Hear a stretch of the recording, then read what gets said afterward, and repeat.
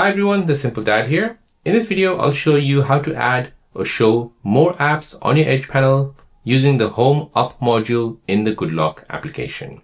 So on your Samsung S25 Ultra, if you're not using the Edge panel, you're missing out.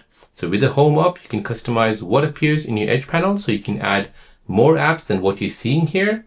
And you can also turn on a feature which basically shows you the most common apps you use regularly. So let me show you how to do this.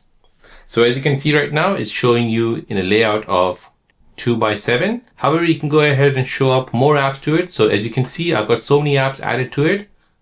To access that, I need to go ahead and scroll down and access it. But then instead of doing that, I can turn on a feature which basically shows me all those apps. So first, you're going to go ahead and open up the Good Lock app. In the Good Lock app, you're going to go ahead and open up the Home Up module. Now here, you're going to go ahead and scroll down, find the Edge panel, turn this feature on. Now you've got three features here. So you can show more items. So turn this feature on. So more items will show up, as you can see. So when this is on, this is what it looks like. When it's off, this is what it looks like. Now the next feature is you can scroll to your recent app areas. So go ahead and turn this feature on, and this will show you your recent apps. So these are all your recent apps here at the top.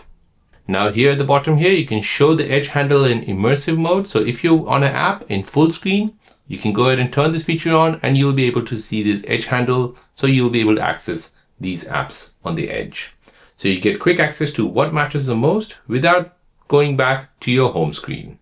So there you go, guys. That is how to use the Edge panel on your home screen using the Home Up module in Good Lock application.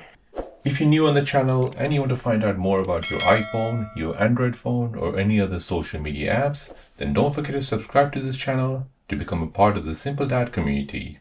Hit the like button if you find this video useful.